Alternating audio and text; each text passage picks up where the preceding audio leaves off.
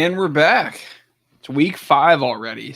Is it depressing to say that we're almost a third? I guess we're a little over, almost a quarter of Yes, the way through the after season. a quarter of week on Sunday, we'll be a quarter of the way through the But I've always said the best month of sports Oh, is the month of October. certainly. Yeah, it's a wonderful time of year. You have the Braves getting knocked out. It's always a great tradition in October. Outside of 3 years ago, they won the World Series, but every other year, like we literally joke in the office, they're like, "How many Braves games have y'all watched this year?" And we're like, "None." Who watches baseball? But we watch the postseason, and we're like, "Yeah, but you can't call us bandwagon fans because they always lose in the postseason. Like it's just a rite of passage." You're You like, just know "Okay, what's Braves gonna baseball." happen. Yeah, Braves baseball. And then get swept by the Padres or something like that. So they're probably losing right now, aren't they? I could check. I bet you they're down like 3-0 right now. Um, I'm not even I didn't pull up the score. Yeah, they're down 5-1. Like that's just how perfect. about that? And they never hit ever in the playoffs. Like they always have a pretty good lineup and then just melt. That's what happens when you have a lineup full of big hitters. They go Well, the quiet pitching gets all at better. the same time. Yeah, the pitching gets better because Yeah, the pitching gets better, of course. you're pushing your good starting pitchers. You're not putting in your scrub relievers like you would in Yeah. August. Like you're getting good pitching for all 9 innings, no matter the score, because the games matter. Yeah. So anyway, going back to the more important sport, the NFL, Yes. and I think we talked a little bit about it. I was out of pocket a lot of this weekend due to Hurricane Helene. Thankfully, where I live, didn't see a ton of damage, just power outages. And I always like to say it's really just a minor inconvenience. For the 5 people that end up seeing this, I would highly recommend Googling local charities in the Asheville and Western North Carolina areas. They're in dire need up there. Send what you can.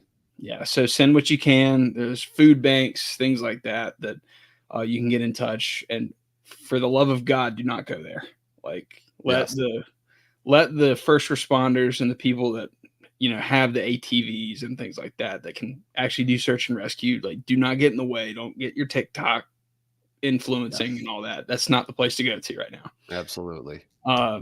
Anyway, so that hopefully we influence the 5 people that watch this. Yes. We're gonna change the world there. Yes, there we go. But you never know. But with the NFL this weekend, I watched enough highlights of every game to kind of get a gauge of the big stories of the weekend. And I think the first thing we took away, I think we even undersold we were high on the Vikings. I think we still undersold them a little bit. Yeah, we did.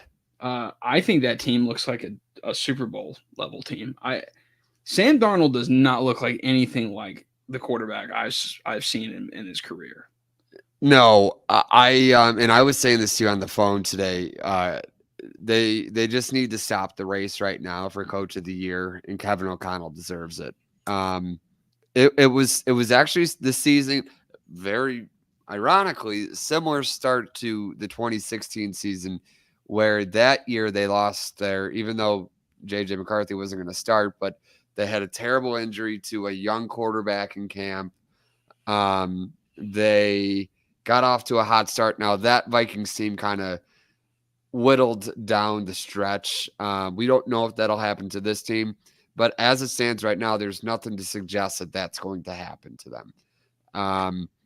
And beyond Kevin O'Connell winning Coach of the Year, I think Brian Flores needs to be the Assistant of the Year, because that defense, which I've already said numerous times, does not have top-end talent. They are by far the best defense in football right now. He's getting the most out of the players on defense, and I think that's what is making them a great team right now. Yeah. To me, I never really underestimated the talent level on offense. I mean, Justin Jefferson, I've always hyped him up. I think he is the best pound for pound receiver in the NFL. Like, he does everything well because like he has the big play. Like we've seen him have a 98-yard touchdown already this year. So Yeah. like brings the Tyreek Hill like home run ability. But at the same time, like if I just need a guy to get me a 12-yard out and it's always a first down, like I can rely on Justin Jefferson. Going to him. I think Addison made a huge difference in this game. Like he's, hopefully for their sake, he's finally healthy, and it showed. I think Jair Alexander being out in that game for Green Bay just killed them because they didn't have the guys that could cover the talent that Minnesota has, but their offensive line's holding up. And to me, like, and I agree with your point on Kevin O'Connell. He is, I think, right now the obvious front runner for Coach of the Year because what he's done with Sam Darnold, like I think he's improved upon what he had with Kirk Cousins. Yeah. Like, and we've all thought Kirk Cousins is a good quarterback. I mean, he's getting great play. Yeah. And it's crazy to see because Darnold was kind of those, one of those early career busts, right? Like 3rd overall pick, but just really completely terrible. I think he was the 3rd overall, or was he 2nd? I can't remember in 2018. He was like this. He was top 3. The 2nd was Saquon. Yeah, so he was 3rd. Yeah, he was behind 3rd. Saquon. Yeah. But anyway, like Sam Darnold has really turned his career around. My last question, and this is kind of a longer term question about the Vikings, because I think they're for real this year. I think like they look like a team that I think them and Detroit, ironically, in the same division, look like by far and away the best teams in the NFC. And my main question is like, if let's say Minnesota wins 13 games and they go to the NFC title or maybe even the Super Bowl, because they look like that kind of team, in my opinion.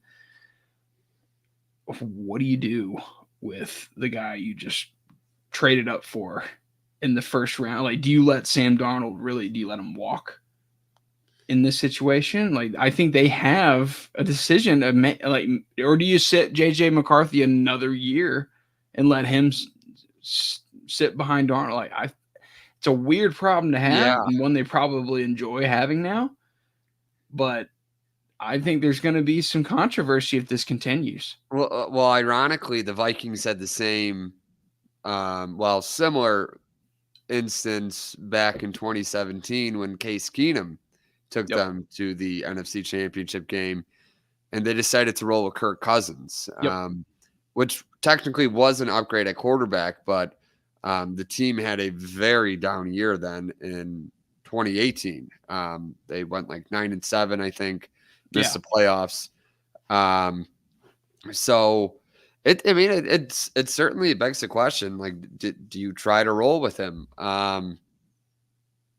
I don't know, but even like Sam Darnold, like he has to weigh, like he's still a young enough guy. Like it's not like he's like, hey, I finally found, and I'm sure he is saying to himself right now, I finally found a home. And he's younger than Joe Burrow, by the way. He's younger than Joe Burrow.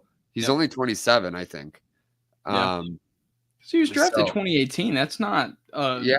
That's he a veteran quarterback. He was like 20 years old, I think, when he got drafted, right? Yeah, he was or 21. Like very early though. You're right. I think he was just 21 or something like that. He started for a couple years at SC, and then he had all the arm talent. Like that's never been the question with Sam Darnold, but it could have just been that like he had a case of the Adam Gase, and like that's what and the Matt Rule and Speaking of Adam Gase, I thought about him this weekend because I had a sales call where we drove 3 hours to Charleston with a diehard Jets fan. Did you see Adam Gase on the side of the road? No, well, yeah, it's kind of like the black dog. Like when truckers see the black dog and they know they have to like pull over instead of the black dog. It's just like, oh god, I saw Adam Gase, and my life flashed before my eyes.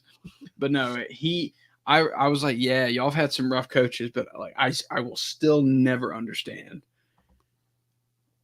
Why did you hire Adam Gase? Like, what made you go, his career, his years in Miami, they were solid. Yeah. Like, I don't know I still don't know what Woody Johnson was thinking with that. It's amazing that happened. But it's the Jets, so you can't like. Yeah. But he went off, like he was talking about how horrible he was. I'm like, but the funniest thing is like, Bears fans right now are starting to hate Shane Waldron, right? And Yeah. y'all tend to hate your offensive coordinators or play callers, whoever you've Yeah. had. Yes, as usual. And I was like, and I reminded myself, it's like they've also had Adam Gase as the like y'all. Yes. It's And he not was just actually one quarterbacks. we liked. Yeah. Believe it or not. The last play caller that you really liked. I'm I starting to. mean, I mean, for Trestman was good for a season. Trestman was good for a year. When Mike Martz stopped doing the 7-step drops Yeah, because he was getting behind the Cutler killed. yeah. Yeah, Um, y'all got to an NFC title game with him. you did. I'd say it was Mike Martz.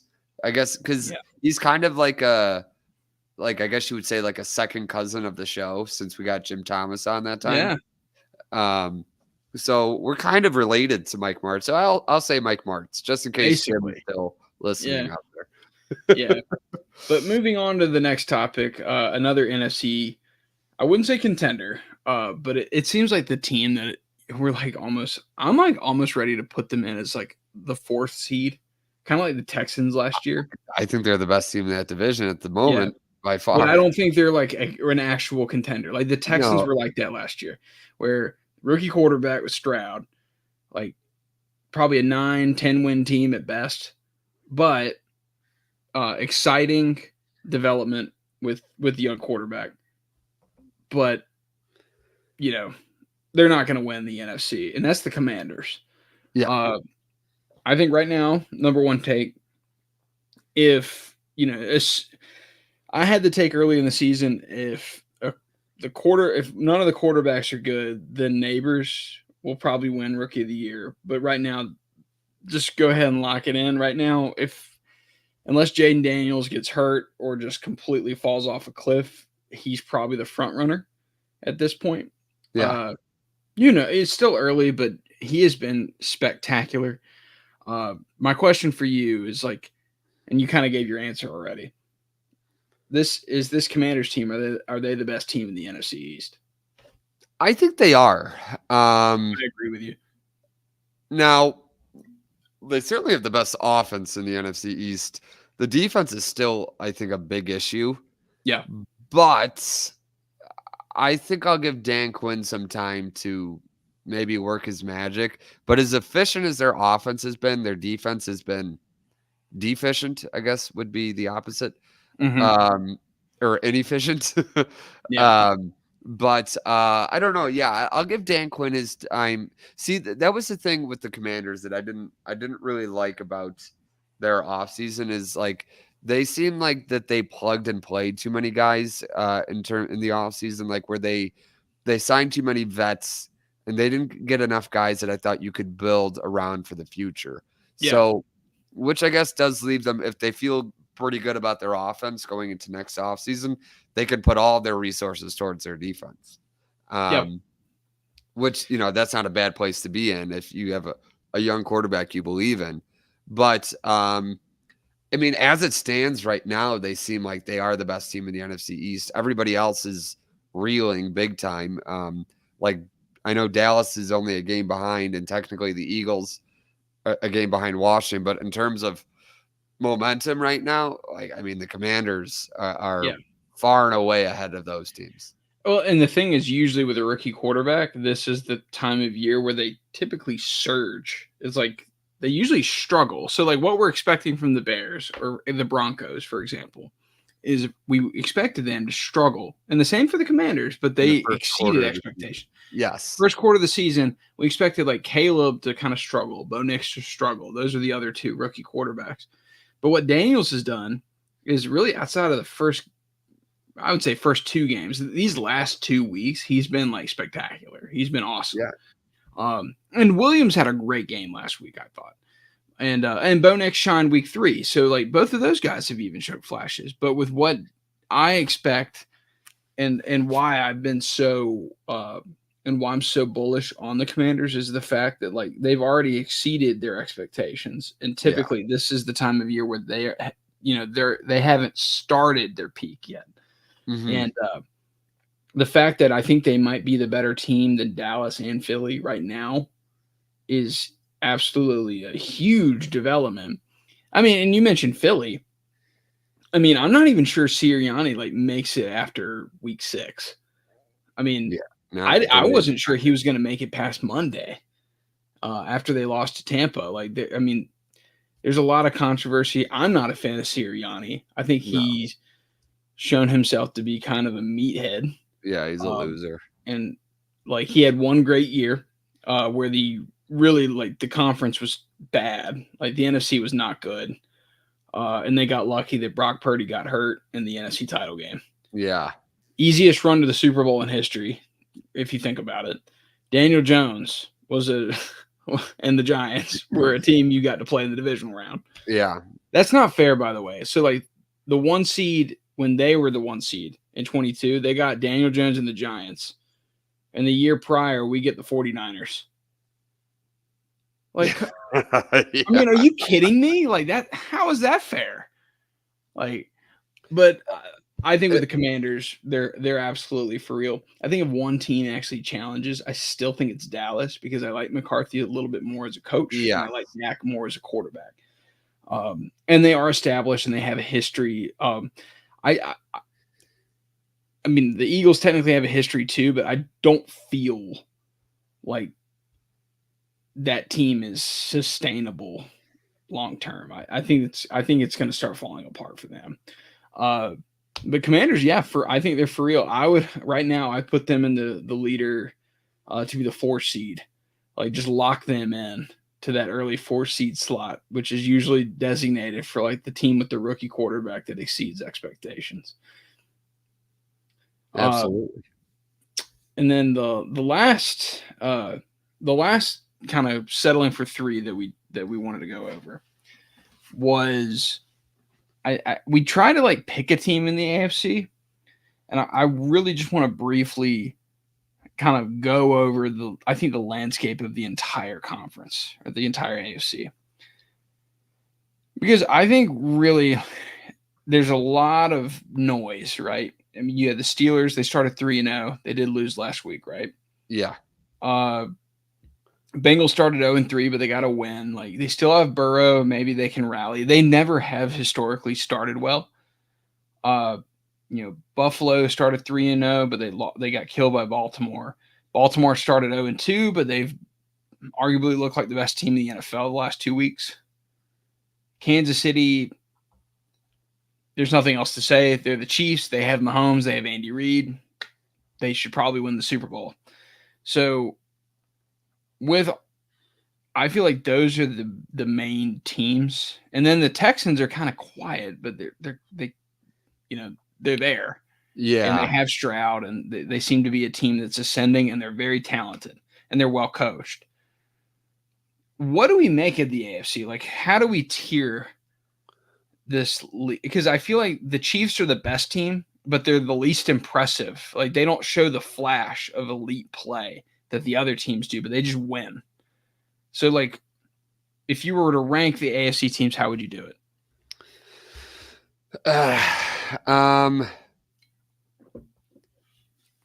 I think you got to put Kansas City first. Yeah, Kansas City would have to go first. They win. They just win. They win. They just end up winning usually. They haven't lost since Christmas, actually. No, the Raiders of all teams. Yeah, since they lost to the Raiders. And nothing ever looks pretty for them anymore. I thought things would start. Now they lost Rashee Rice too. Yeah, because Mahomes got Mahomes mad. took him out. Which was a very dangerous tackle, even if you were going after. He was throwing it. I think he was throwing a temper tantrum because he threw a pick, and it's like, Yeah, well, way to go, dude. But it would go definitely Chiefs. The Ravens technically are better than the Bills right now, so that's your 1, 2, 3. The Ravens the last 2 weeks. The Mets just choked. And I made this point to you on the phone when we talked about this. The Ravens, yeah, they started 0-2, but that Raiders loss, like, that's like a 1 out of 100 type of shit. Like, everything that could go wrong for them in the last 8 minutes of that game went wrong, right? And then week 1, they're Isaiah Likely like a toe length from going for 2 to win the game in Arrowhead. So like they're really very close to being a 4-0 type team, and I think you would say the DVOA shows that. They're the second best team in DVOA, and number 1 would be the Vikings, right? The Vikings, yeah. So who we just talked about. So I actually would say the Chiefs are 1 just by default because we've talked about this. Like they're the king right now. You got to beat the king to take that, right? And the Ravens have played them and they lost. I would put the Chiefs 1. I would actually put the Ravens 2, Buffalo 3. Yes, that would be how I would do 1, 2, 3. Yeah. But and then the rest, and the Texans 4. But I don't really after that. I don't see any other contenders in the AFC right now. Well, see, here's the thing. Like I'm looking. I know we're going into week 5, everybody. So I understand that everything that's here is not really that big, but. I mean, it's a quarter of the season. A quarter of the season. These are the teams that you would like if they flash. If this week was the end of the season and they flashed in the hunt. And technically, all these teams are tied or a game out. Obviously nobody's out, but this is the top 3 teams. The Panthers, they're out. Yeah, the Panthers are done. The Chargers, who we still like, and they will get better again, I think. Yep. The Raiders, the Broncos, the Patriots, the Titans. I mean, it's messy. It's like that's what I was saying to you there as we were saying on the phone. It almost feels like the AFC playoff picture this early in the season is already taking shape because the rest of the conference is so bad. I think the league is very top heavy right now. Yes. So I think like the only team that's like in the mud with like the crap teams in terms of like win-loss record that I think could play with those contenders like the Chiefs, Ravens, Bills, and Texans are the Bengals. The Bengals, yes. And I think that's because I think I'm kind of probably putting this historically. They're always a slow starting team. Yeah. And they've kind of shot themselves in the foot a little bit. And just like the Ravens, they're kind of a fluke penalty away from beating Kansas City on the road. And then they like an inexplicable loss to the Patriots at home to start the season. But their defense sucks. So I think that's what's hurting them. And that's why I'm hesitant to actually say that they're a contender. And then the Chargers, like you said, but those are like the 2 teams I would say that could like maybe. I think the Chargers, a lot of it will just depend on the health of Justin Herbert. He's just not there. Yeah. But I think if that plantar fasciitis and some of the other injuries, I think he's got an ankle injury too. So like if those can improve, maybe the Chargers get in the mix. But I think it's really a race between 4 teams in the AFC. And even then, like I don't believe the Texans are really going to play. Like it'd be in play against the Chiefs or the Chiefs and the Ravens feel like the real dogs of this of the AFC. And the Ravens had probably the most impressive victory of anybody in the league last Sunday night. Any other points on the AFC before we move on? No. First game of week 5. It's like you mentioned it's like a Color Rush throwback. This is like the game we would always get on Color Rush Thursdays. Yeah. We're so excited. Back then we'd be watching Jameis Winston and Matt Ryan. Yeah. And we'd have Nance and Sims on the call. I got to tell you something though. And like what are you going to tell me? In the last 3 years, like, and it's not telling you, like, you've heard me say this before, but I want to call whoever does the audio for Amazon Prime in these productions. Yes. Turn the crowd noise up. Oh, I know. There's no atmosphere. Like, when I watch a game on Fox, I can feel the stadium energy. Yes. Like, when I watch Amazon Prime, when you combine, like, no crowd noise, and Al Michaels like basically sounding like he wants to fall asleep. And the fact that it's Thursday Night Football, so it's just crappy quality anyway. Like, you combine all those three, like I'm serious. Like, I have a hard time making it through a lot of these games Yeah. because they start late too. So it's in Herb Street, like, you can kind of tell, like, he probably does his best, God bless him, but it's like he spends more time studying the college game. He's not Yeah. like in the NFL. I hate Amazon Prime's production. It could be so much better. I don't actually hate the idea of a digital channel doing a national game. I think that's the future of television, so I'm not necessarily against that. And the idea of it makes football an every day of the week type of thing. So I'm like, it's better than it's. I think this is better than putting it like on NFL Network 15 years ago. Yes. When no one had NFL When no one Network. had it. Yes. Yeah, but like overall, I'm not. I think their production sucks, and it could get so much better. So like, I almost hate when they put good games on these, and this is actually a good game. I think the Falcons are a team that, you look through the first 4 weeks and they just feel it's weird to say they're gross. Like they shouldn't be because they have plenty of talent, but I haven't been thoroughly impressed with them through the first 4 weeks like I thought I would be. But they are 2-2 and they have solid wins at against the Eagles and last week against the Saints. But the Bucks, I think, have been a surprise as well, in a more positive way, where I didn't necessarily think that they would be that a 3-1 team through the first month of the season.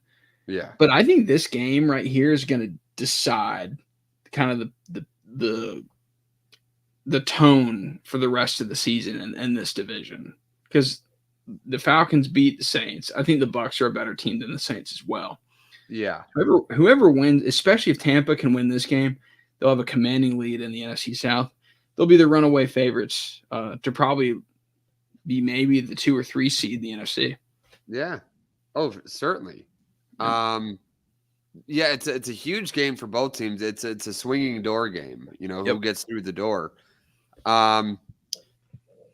It being a short week, and in Atlanta obviously doesn't help Tampa. I believe Tampa also has a pretty lengthy injury report. Of course, that happens a lot when you get a short week. Everybody ends up questionable. Everybody ends up game time decisions.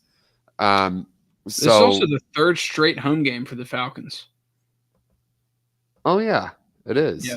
They played Sunday night against the Chiefs, last week against the Saints, and then this week against Tampa. So, like, that's actually a huge advantage to be playing, like, a team. You're playing a Thursday night game at home. There's always a huge advantage to be playing this game at home because Wednesday is a travel day for Tampa. So they really only had, like, 1 day of practice in reality. Yeah. Meanwhile, like, the Atlanta could have their walkthrough today and not have to worry about sleep in their own bed tonight. Yeah, they can sleep in their own bed or and do all of that. So I think that's an understated advantage, I think, on Thursday night games. Like, typically, like, if I'm picking games against the spread, I usually love going home team on Thursdays. That being said, if you believe in, like, DVOA, and I'm big on, like, just looking at point differential. Yeah. Teams with, like, Atlanta's not really that good of a team. Like, nope. Their 2 wins are by a combined 3 points. This team's very closer to being 0-4 than they are 4-0. Yes. In Tampa, the interesting thing about them is, like, they had 1 loss, and it's a shocking loss where they got blown out by Denver. But the week before, I think they'd be arguably the best team in the NFL on the road. I think Tampa takes this one. I think I would I don't like picking road teams on Thursdays, but I like the Bucks, and actually by maybe 10 points. I think Tampa's a lot better than Atlanta is, and they'll I, show it. I do think the Bucks will win. I think it'll be a little bit closer. I think they're going to win about 26-20. Yeah. They are dogs, but a lot of it is because of them being on the road. I'll go 30-20. 30-20. Okay. Yeah, they should beat them. And I think, this will be the game that catapults them towards winning the NFC South, basically. Yeah. And the other thing I think in this, an underrated, just like the Cliff Kingsbury Bowl last week with the Commanders against the Cardinals. Yeah. What's the big revenge storyline in this game? Do you know? Would it be Raheem Morris coaching against his old team? Can't get anything by you. No one will ever think of this. Yeah. But fun fact, Raheem Morris has been a head coach in the NFL before, and he was actually a head coach with the Bucks. Nearly got them to the playoffs one year. Yes. They were 10-6, but like the 8th seed, technically. Yeah. Detroit beat them, and I always love telling Lions fans this, is like Detroit beat them, and that caused Green Bay to get the tiebreaker over them. And then Green Bay won the Super Bowl. So we could not have won the Super Bowl without the Lions. Yeah. So thank you, Detroit. You finally helped somebody win a Super Bowl. You screwed us over too, Detroit. Next game, we got a London game, and now that I have cable back, I'm so excited. Because I last Sunday, in this, like I mentioned with the hurricane, like this is an inconvenience. I'm not complaining about it. It's actually kind of a funny story to tell people, but like I walked to the front of the neighborhood where I could get cell coverage, and that's how I watched football this weekend.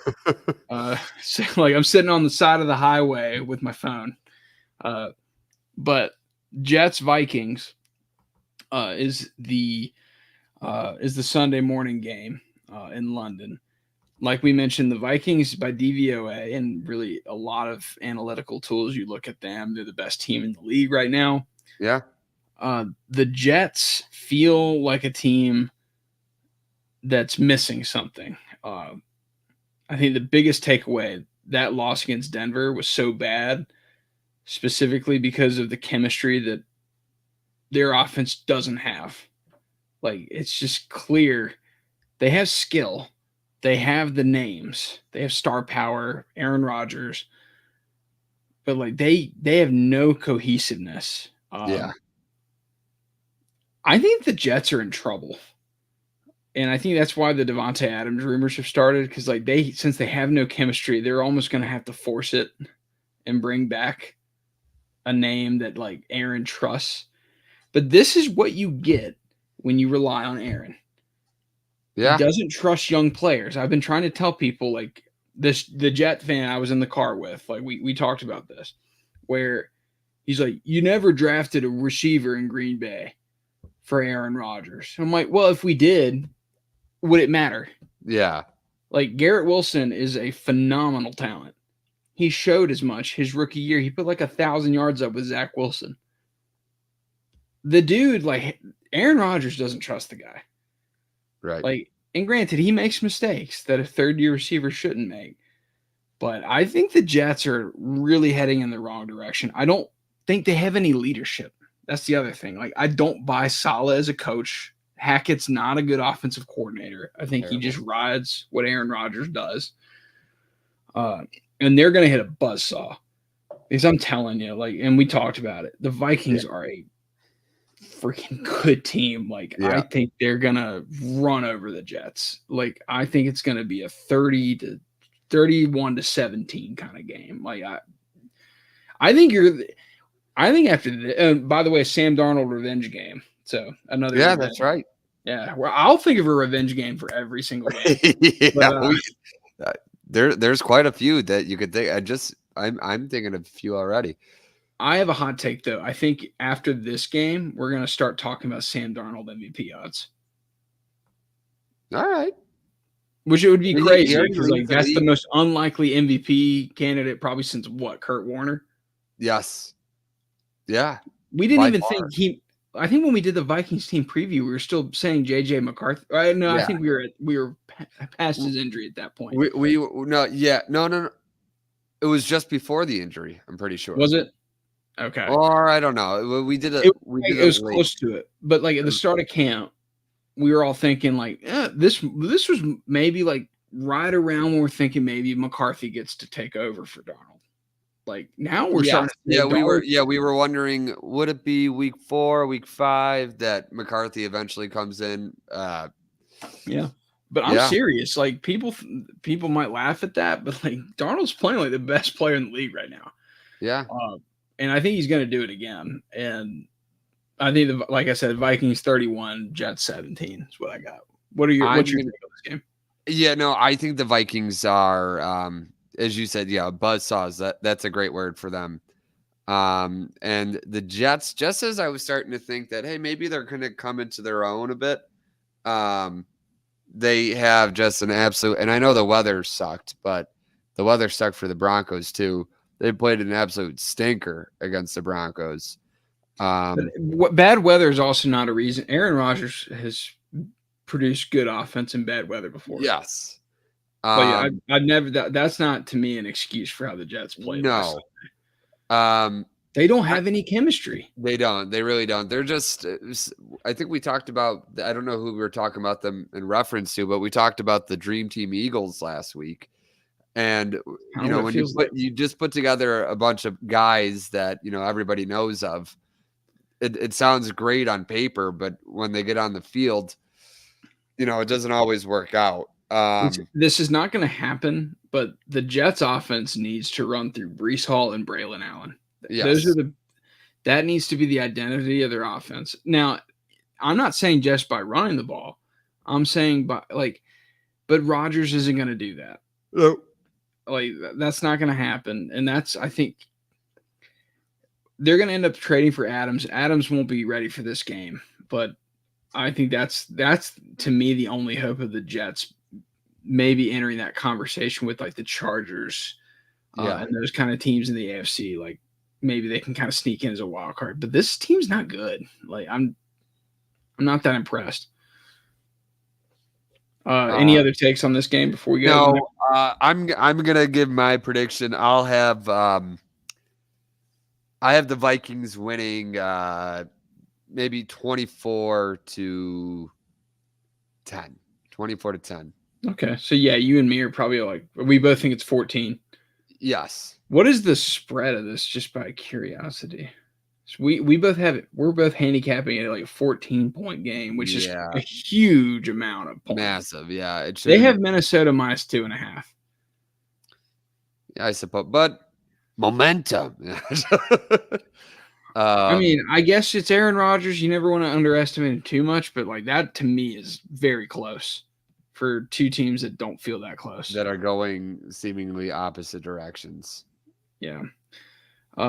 Next game on the docket, Bills-Texans. This is a fun one.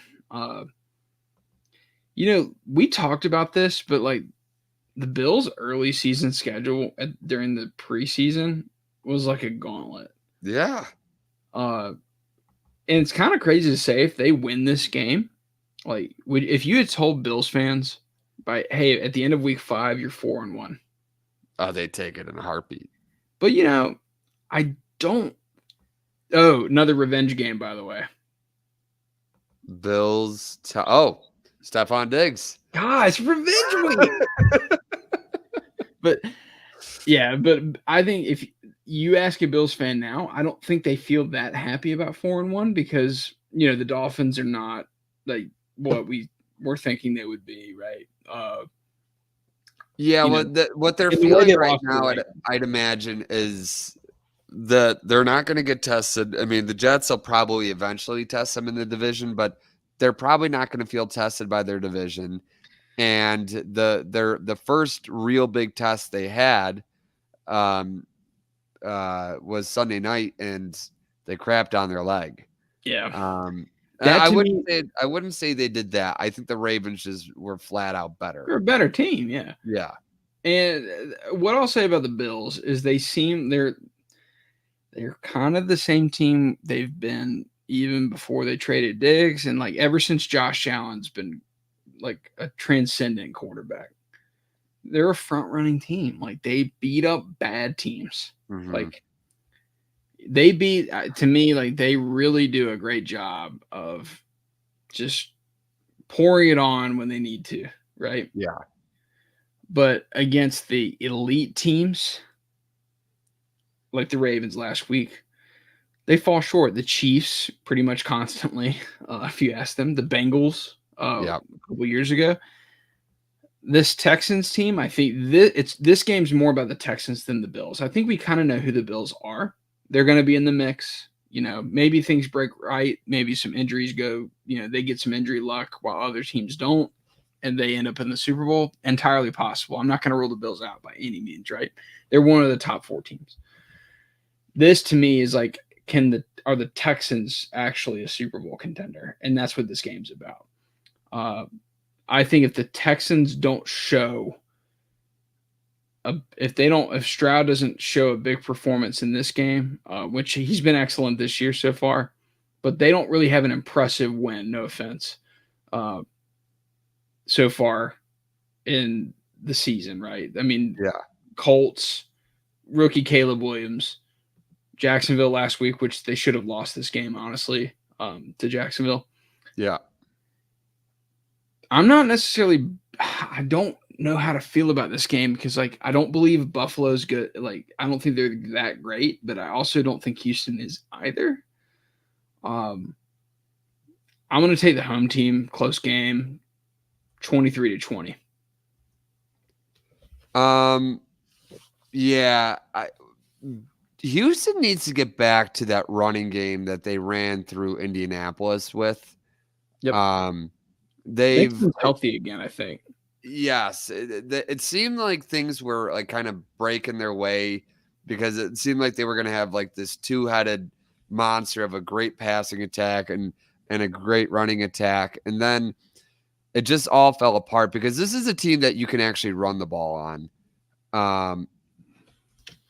We got a comment. Look at that. Oh my God.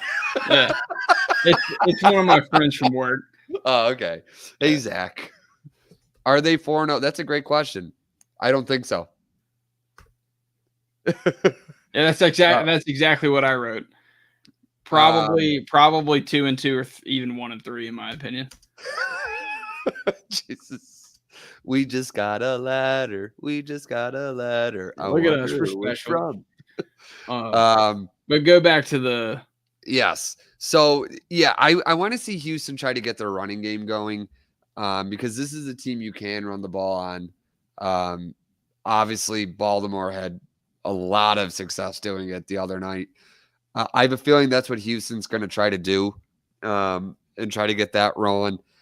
I think they are going to win. I think it's going to be 27-22 Texans in the end. If Houston doesn't win, it's not going to hurt them in terms of like their chances of winning the division because they play in such a terrible division. But it's what is going to hurt them in is, man, we can't play with anybody that we're supposed to be playing with. So I think it's a must-win game for Houston. Yeah. What's weird about it is I feel like both teams are facing that dilemma if they lose. Yeah, it's true because I just the same thing about Buffalo. Yeah, it's like if you lose, it's like, well, you can't beat good teams. Yeah. Well, yeah, so it's like something's got to give. It kind of reminds me of like when the Packers would play like the Saints. That's what this feels like. It's like both of these teams are going to be like perennial playoff teams in the AFC for like the next 5 years. Yes. But I could also see like in those 5 years that it's a combined 0 Super Bowl appearances. So like, so that like that's interesting to kind of think about. But yeah, so I took Texans 23-20. What did you have? 27-22. Yeah. So far we're on the same page pretty much throughout, right? Yes, basically. Yep. Ooh, a big game. This is actually a big game because the Bears are 2-2, and I think Caleb took a big step last week against the Rams. Albeit the Rams are shaky on defense, but Caleb did what he needed to do against a bad defense. Yeah. It was good to see the Bears running game actually look somewhat formidable. DeAndre Swift finally, they got the ball to DeAndre Swift a lot in space, which is, if you're going to get the ball to DeAndre Swift, that's where you got to get it to him. Well, we talked about it last week. We talked about that last week, though. It's like the fact that if you get Swift the ball in space and you get the running game going in general, and you make life easier for Williams, he's going to execute better. Yes. And, he only had 157 yards, but he only had 23 attempts too. Yes. Yeah. He was efficient. It wasn't like a day like where he carved up the Rams. The Rams were playing a lot of the too high safety look that we talked about a few weeks ago. They were a team that's gotten beat over the top a lot already this year. And I think they were going to stop the Bears from trying to get them deep at all. So I think that or go ahead. Sorry. It was a learning step for Williams that he saw that and was like, all right, I'm not going to try to force the ball downfield. I'm just going to take what the defense gives me. And in doing so, he still made a couple really nice throws, a couple throws you wish he got back. The deep ball accuracy, that's not really something that is, it's not there right now. There's no doubt about that, but it's not something that transfers year to year. Like it's a regressionable stat. If that's a word, regressionable. Probably. So the deep balls are going to come eventually. I think that's just a matter of chemistry with his receivers. But yeah, no, they did take a step. Tory Taylor is, even when the Bears don't score, if you have him as your punter, he was the special teams player of the week. He had 3 punts inside the 10-yard line. He really pinned in the Rams when the Rams needed stops on defense and the Bears had to punt back to them. The Bears are putting the Rams offense in worse situations. But Neil, Caleb Williams said that he was never going to need a punter. He's never going to need a punter. He did say that, yeah. Twitter was all over that. Yeah. Which, hey, that's roast worthy, but revenge game. Like you said with the Bears. Do you know what the revenge game is? There's 2 angles, actually. Which one do you the obvious one everybody's going to know is DJ Moore. Yeah, technically it's not his first revenge game. Wait, so what's the second one? Oh, Andy Dalton. I think we're going to unlock something. Bryce Young was playing. I wish Bryce Young was playing. We need work for NFL Red Zone. Yes. Like, just so it's like, hey, Scott, like, we got all these obnoxious, like, storylines for each game. So you can just plug them away whenever. Yeah, unmute our mic when you're ready for us to talk. Yeah, we got it. It's like, this is the Josh Allen Bowl. Or Josh Allen sacked Josh Allen. Like, and he went nuts when that happened. I was like, that's really useful information. Can we please go back to the game that had a 3rd down? But I agree with you, though, on the Bears, because the whole Bears season, I think, and maybe if they try to make a run for like a wild card, which I think is like kind of the top end successful outcome we were kind of hoping from the beginning, right? Yes. Is they have to be able to run the ball. And in the first 3 weeks, they did a horrible job doing that. Like, they were pretty much the league's worst rushing attack, if I'm not mistaken. Swift was just flat out awful and inefficient. Roschon was a little bit better, but he's still basically a plotter back. He's not really going to bring explosiveness to the offense, right? Yes. But Caleb was efficient, and I think that's the sign that you're looking for. I think the Panthers, to me, are like the same team as the Rams are defensively. They don't have a lot of talent right now. Yeah. I think there's a clear deficit between what Chicago has in personnel on that side of the ball, but the difference between this Rams game and the Panther game is like the Rams are still a much better coach team Yeah. and offensive unit than what Carolina has with Andy Dalton. I think Chicago wins. This will be Caleb's best start so far this season. I'm not going to give you 30 points. I'm going to give you 27.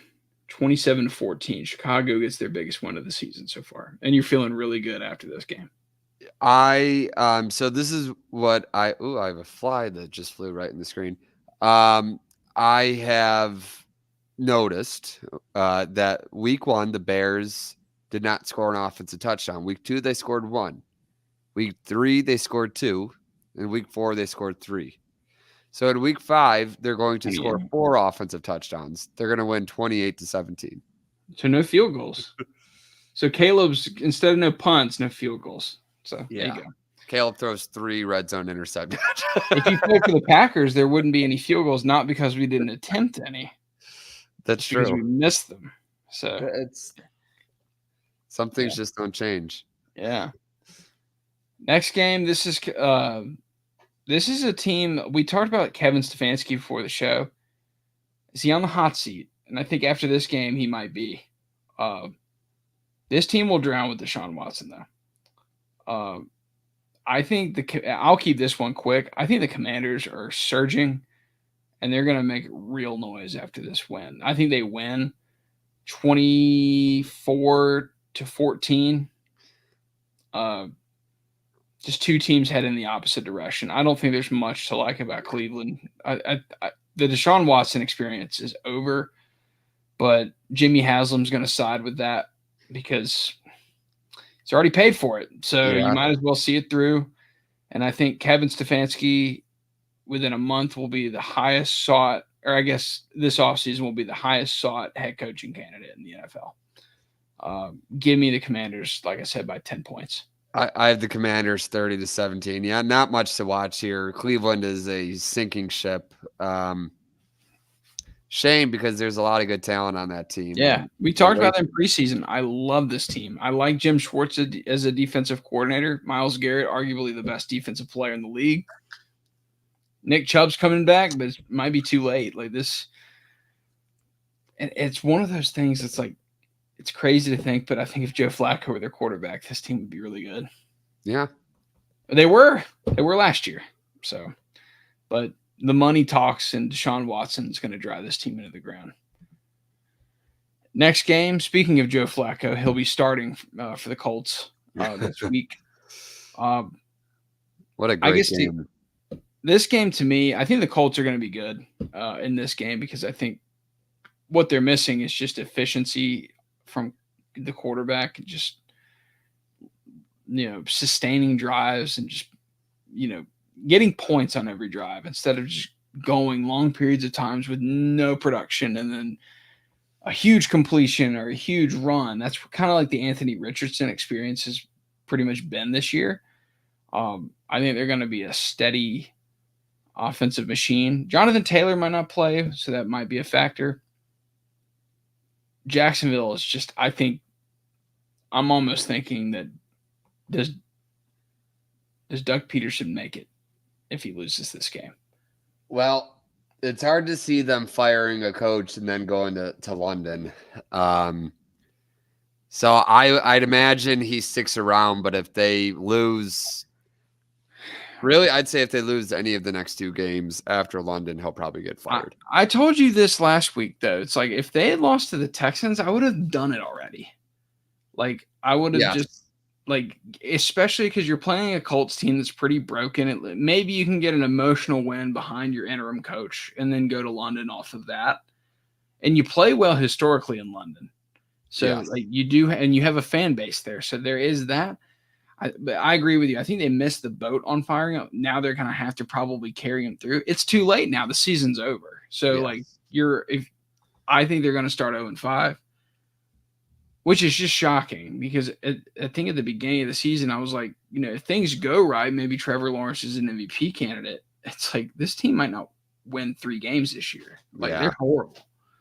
They had a win for the taking last week, and they couldn't. But not even beyond that. I mean, Doug Peterson has not been at all what they wanted him to be. But this is years of bad drafting. It's Trent Baalke. It's Trent Baalke. Yeah. Who was there before Baalke?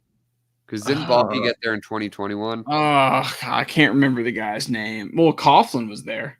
Oh, Coughlin was there, yeah. But they've gone through so many people in that front office. It's one of the most dysfunctional franchises in the NFL. Carolina overshadows them because of what's happened since Jerry Richardson sold the team to Tepper. Yeah. But like under Shad Khan, this team is absolutely dreadful. Like they've had 2 playoff seasons since. So after the 07 season, yeah. Yeah, so the 07 season they went to the divisional round and they beat Pittsburgh in the wild card. They lost to the Patriots. Since then they've gotten to 2 playoffs. In 2017, that was like one of the weirdest teams ever. Yep. And then 2022, like they were the 4 seed, but they won like 9 games that year. Yes. They got in because the Titans choked at the same time that they got hot. Yeah, and I think Tannehill got hurt too, I think. So that's right, yeah. Yeah, so there's like they kind of fell into that. What's weird is like they were way better in 23 than they were in 22, but they missed the playoffs last year. Same record, I think. But this team is just this is a product of, like you said, bad drafting. Like thinking you're the smartest person in the room by taking Trayvon Walker when the more productive Aiden Hutchinson's right there, and Detroit is enjoying that pick, obviously.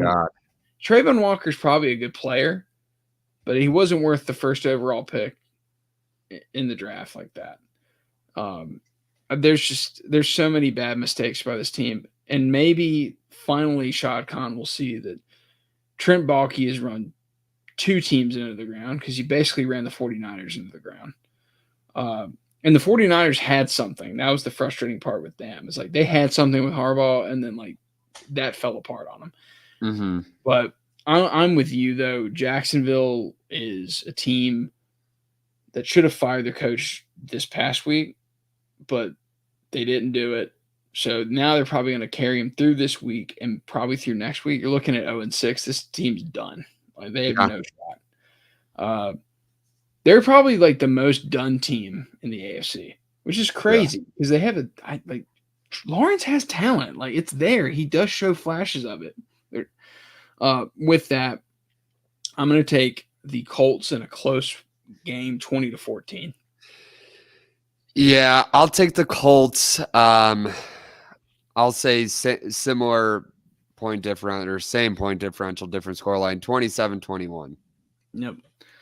It's kind of crazy to think that both of the Clemson quarterbacks have been so bad when just a few years ago, like they were the top prospects and top young quarterbacks in the NFL.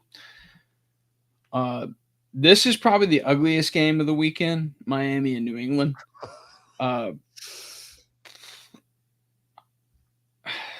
Yikes. Yeah. I thought Tyler Huntley would be better than what they had with Skylar Thompson, but he's not. At least he wasn't last week. This is we discussed this this should be the game that Drake May starts. Yes. But they're not doing it. Yeah, now would be the time. Yeah, I get him out there, get him a win. Yeah. So it's there. Like Miami can't move the ball. Like they have nobody to facilitate an offense. You got to score probably 13 points to win. I'm taking the Patriots by default. Not super high on the Patriots. I think their offense has been pretty ugly. The last 2 weeks, especially against the Jets on that Thursday night game. 17-14. I'll take the Dolphins just because I think they might get something, like if they could just get the ball into the hands of their playmakers, but even like they can't get the ball into their playmakers in a advantageous situation is the problem. They're Like, having it's not just a matter of getting the ball to Jalen Waddle or Tyreek Hill. It's a matter of where you get them the ball.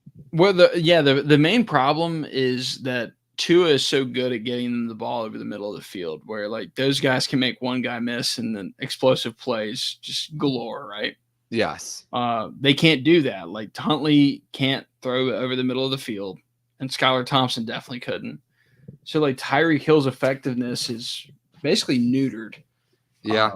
And along with Jalen Waddle's, And then, he looked so frustrated on Monday night. And since the pass game is so awful, I mean, what teams are basically doing is they're stopping the outside runs that Devon Achane is good at, and the outside zone run that McDaniel's famous for, it's not efficient. So there are too many negative plays. And early on in the season before Tua went down, they were getting Achane really involved in the pass game, and that hasn't been happening. I think they could maybe do that, but this offense is just broken. You got to have better quarterback play. There has to be something. Like you think Tannehill could come back and play for this team. You would think, but they haven't done it yet. But yeah, I don't want to spend too much more time on this game. This is a good one. Just like last week, probably a must-win game for Cincinnati, right? Yeah, oh yes. I mean, just as we were talking about, like they're the one team that's stuck in the mud that still has a shot just because of who they are and how talented they are. Yep. But this is, if you like scoring, I think this will be a fun game. I'd say this will be the game that most neutrals will be tuned into on Sunday afternoon. This is kind of weird that the CBS game of the week is Green Bay Rams. And the Rams, when this game is here. It's like this would be the Nance Romo game. But I guess the Rams can't play at 1:00, so I guess that's why they did it. But I don't know. Maybe. I think with this game, what's interesting kind of is if the Bengals win, like they have the same record. They both be 2-3. So it is kind of like it is interesting kind of to see that we look at these teams way differently right now, but that could change so much within like 5 days. Yeah. I actually like the Bengals in this game. I think it is October officially. It is the Bengals month to like kind of catch fire. If it's going to happen this year for them, it happens this weekend. It has to. And what's kind of crazy is I think they're going to figure out a way to like minimize what Henry's been doing on the ground. I'm going to take the Bengals in an explosive win, 41-27. I think they're going to score a ton of points. Yeah, I think they're off for like 4 touchdowns. There's going to be a lot of scoring. I think it's going to be a really close game. I like the Ravens. I just think this is a game that Cincinnati's going to win. You know what? It's a coin flip game for me because I think the Bengals are going to play very desperate. And I was leaning Ravens, but I'm going to go with the Bengals 34-31. I think they kick a game-winning field goal. Okay. So, and effectively that would almost end Cincinnati's chances. No. Cincinnati. Oh, Cincinnati. Yes. Cincinnati. They're just going to pull it out. They're going to pull it all. I kind of hope Cincinnati wins because I think that makes this division race so much more interesting. Yes, I'm kind of the same way. As a neutral, I'm hoping Cincinnati wins but also if Baltimore loses, the road to the AFC will already be set. We're back to the Arrowhead Invitational. So we had 1 year off. And it still didn't matter. So now we're on the West Coast games. Arizona, San Francisco. It's kind of the same boat Cincinnati's in. Obviously not proven like Cincinnati, but Arizona needs this. They're 1-3. I don't care how much you need it. I think San Francisco is a better coached, more talented team. Yeah. This is a buzzsaw kind of game for the Cardinals. I guess you can't really say buzzsaw because there's not really a lot of buzz around them. It's just I could maybe see Arizona like starting 1-4 and then like kind of sneaking their way back and getting like in Being in playoff the hunt. contention like for a wild card later on. Uh, their schedule's been really, really difficult. That being said, uh, and they played well against Detroit like 2 weeks ago. They Yeah. outplayed Buffalo. They played Detroit good. They killed the Rams. It's like last week was really where they kind of let down. But I think San Francisco is just too much. Like I can't pick against the 49ers here at home against a division team. 31-24. I'm going to go 34-20 49ers. Yeah, I think this is the game that where Arizona, and like as you said, you could see them starting 1-4 and sneaking their way back into the hunt, sometime in December. But this feels like the game that their hopes are going to be dashed for quite a while. And even in December, we'll be saying like, hey, like, yeah, they're 5-7. They're not that far out of it, but man, if they just didn't start 1-4, Yeah. Yeah. I agree with that take. Raiders, Broncos. Oh, this would be a great one. In the Broncos' defense, they're 2-2. They are. Actually, in the Raiders' record. defense, they're 2-2. They have the same record as the Ravens. Yeah. So, Victory. and the 49ers. Yeah. So, we can laugh at the Broncos and we can laugh at how ugly a lot of what they do is, but I think at the same time, you win the games that you play. You got to give the Raiders their credence too. They're also 2-2. Yeah, the 2-2 bowl. We skipped a couple games. So revenge game. Oh yes, you're right. My bad. We have to go back. So we did that game. Browns. I can't think of a revenge angle on this one.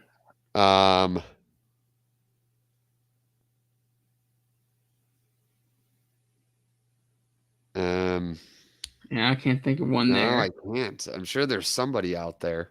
Colts, Jags. Yeah, who cares about that one? Dolphins, Patriots. Wes Welker. Yeah. He's the coach for the Dolphins. Is he really? Yes. I seen him on the sideline the other night. Yeah, because he's like on the Mike McDaniel, like Shanahan tree. Yeah, because he was with the 49ers. He was the receivers coach there. Ravens, Bengals. We would have known that one. Yeah, I feel like it would be something that should be pretty obvious. Yeah, we lost our buzz, man. Like we did. Yeah, there were so many revenge angles in the early games, and then nothing for these late games. But Raiders, Broncos going to this game.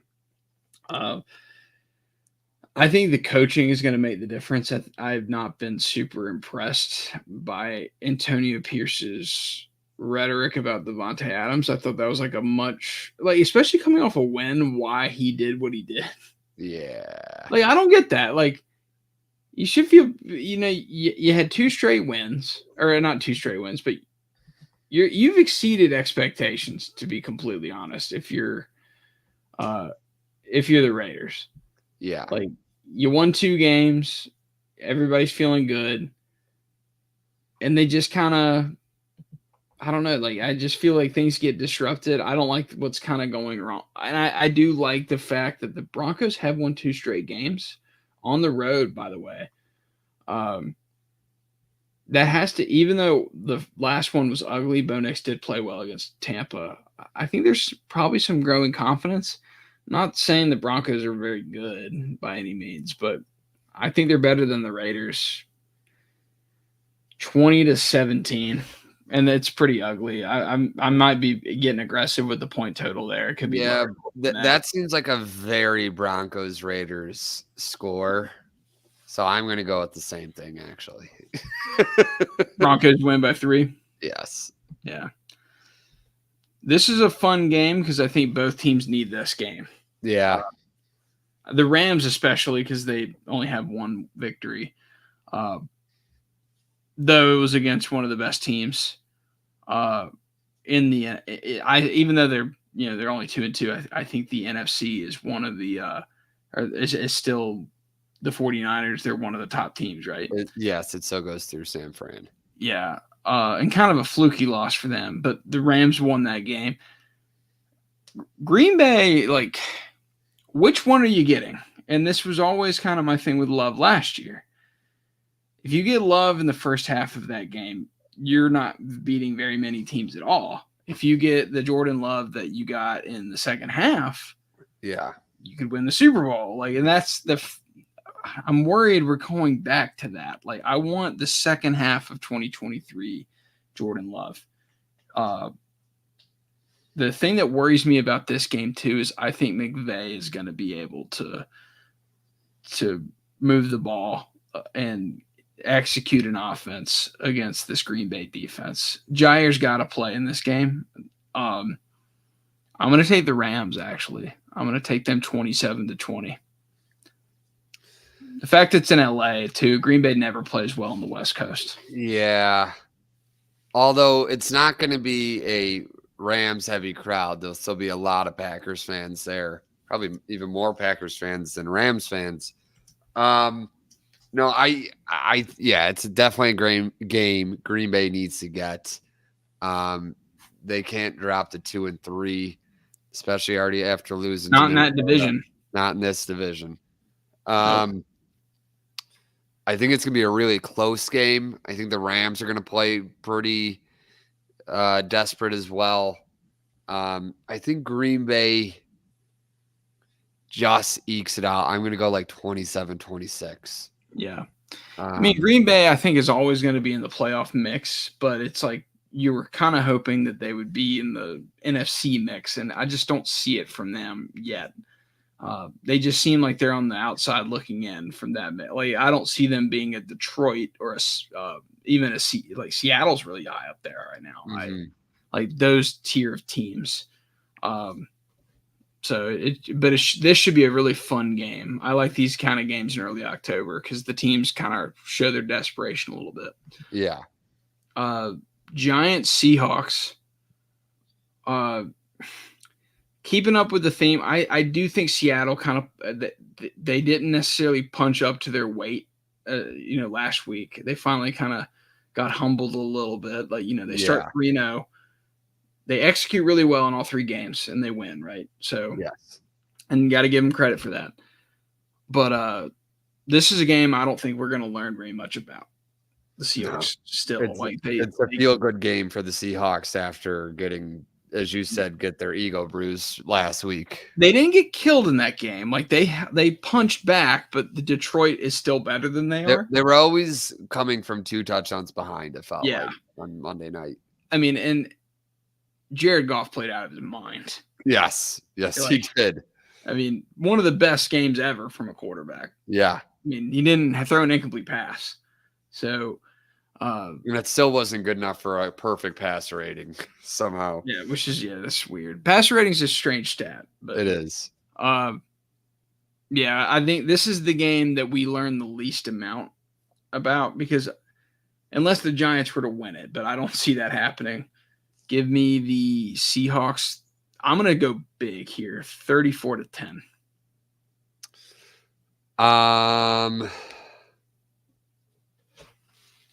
I don't know if it'll be that. It could be. It should be. But I don't think it will be. I think coming off a loss, Seattle's going to play pretty well. I'm going to say 26-17 Seahawks. Yeah.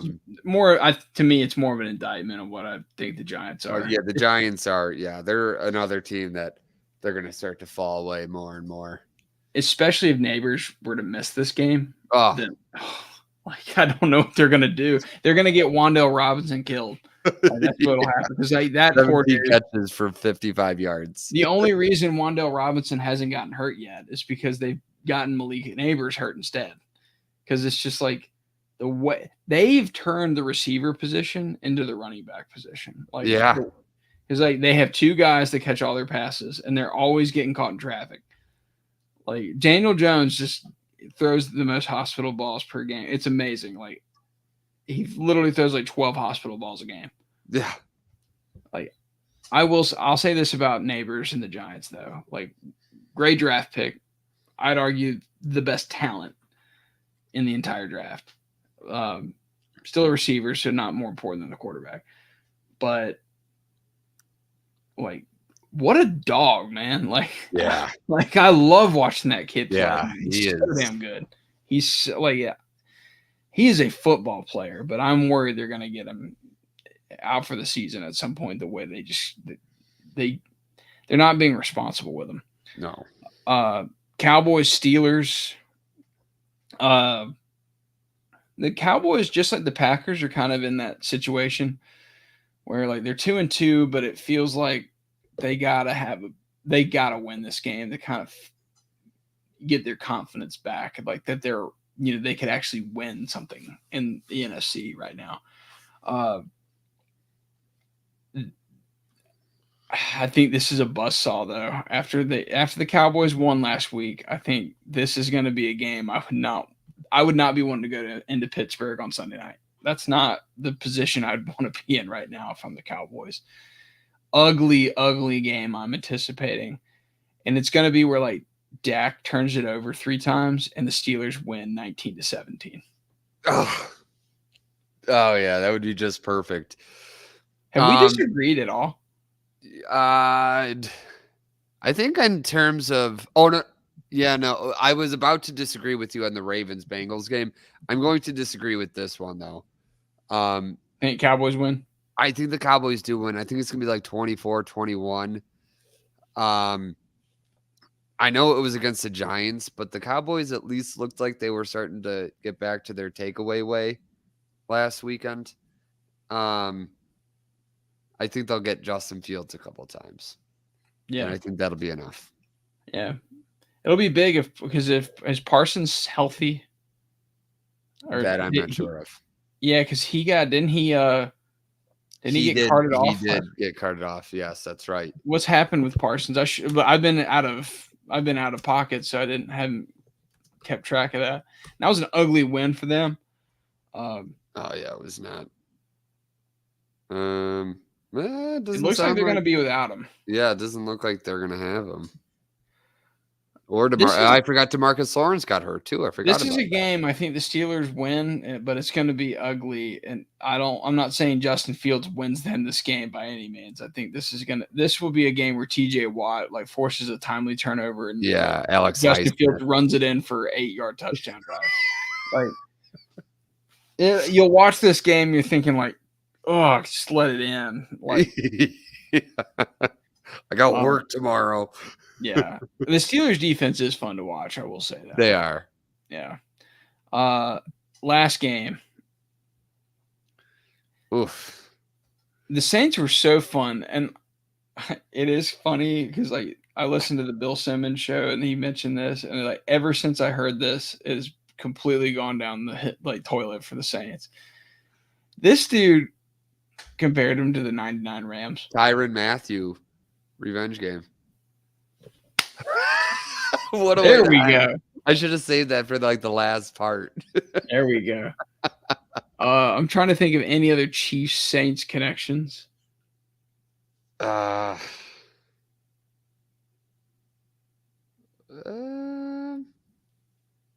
I can't think of any. No. Yeah, you're right. It's Tyrann Mathieu. But the Saints, like he said something about them being the 99 Rams. And I was like, the only comparison I see there is like Alvin Kamara, like really good player, but not prime Marshall Faulk at this point. Yeah. And I like Rashid Shaheed and Azakim. I like that comp. There is nothing else after that. Like Chris Olave is not Isaac Bruce or Torrey Holt's really fine receiver, but not Hall of Fame caliber right now. And I think the biggest thing is like Derek Carr's not Kurt Warner. And I think the Yeah. Saints, this is where like it starts falling apart for them. And I think the Chiefs have their best game of the season, and they have a convincing win. Give me 30-14. Kansas City. I'll go I'll say 35-17 Chiefs. Okay. Yeah, so we're pretty much on the same page outside of Sunday Night Football. And that was it, right? Or was That there was either? it. Yeah. Yeah, not that I can remember. Now that I look at it, outside of like maybe like 2 games, not a great matchup. There hasn't been a lot of good slates yet. I'm hoping as the year goes on, we start getting Usually the some slates better. get worse. They do, yes, but it seems like a lot of the divisional games are getting pitted towards the end of the season this year. So maybe that's what's gonna help smart. us. As long as the quarterbacks stay healthy, because they haven't been. Yeah. But I think the other thing is it's not helpful when, like we talked about Jacksonville, like teams with quarterbacks that are that prominent, that have had success at some level in this league, when teams like that are 0-5, like that hurts the product, I think, a lot of the time. So like as football fans, we should be pulling for like Cincinnati. We should be pulling for teams like we should have been pulling for Jacksonville last week. Yes. Like those teams to like get back in the hunt, keep them around, keep them in around, because we want to avoid where we get to December and they're like just gonna shut guys down. Yeah, we're just not gonna play Burrow, or we're not gonna play Lawrence. Yeah, like we already think Jacksonville's out, but you know the Tennessees, the Carolinas, like those type teams, like they're fine. The way I look at it is like the early season NFL. Like if I'm the commissioner of the league or like running the league office, like the way I kind of wanted to work, if I were like to write the script for the NFL season, the Raiders beating Baltimore is not good for us. Yes, yeah. Like it's not because the Raiders could be a fun story, but like they ain't win anything. Like they're gonna win 6 games this year. Exactly. Like, it's Carolina, like they can go ahead and get out of the way. Like we don't want Carolina to upset Cincinnati last week. No. So in the NCAA tournaments like that, like, you know, when Furman beat Virginia, of course I was super happy, but you actually think about it, it's like, well, Furman, there's no chance Furman goes to the national title. There was a chance for Virginia to go. Yeah, so no, they're going to bring the ratings with them. So, yeah, and we ended up playing San Diego State, and San Diego State just walks all over us in the round of 32, and they actually, like, it made their path to the actual national title game easier. And I think that's the way I would look at the NFL if you're a fan of the sport. But, you know, I think there are at least some interesting storylines, Minnesota being one of them. As much as you and I don't like Detroit, they've been an incredibly fun team to watch. As much as I want them to. They're a fun team to watch. They're so well coached. That building is so loud when they're playing well. Yeah, they're going to be a problem. So I'm excited for this week. I'm excited to actually see the games live. Yes. But with that, any other thoughts before we head out? None at the moment. All righty. Well, we'll talk to y'all next week. Thank you for watching the Old Souls Football Podcast.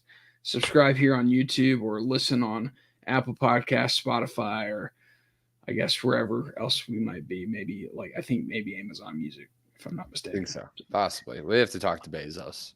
Yeah. We got a negotiated deal.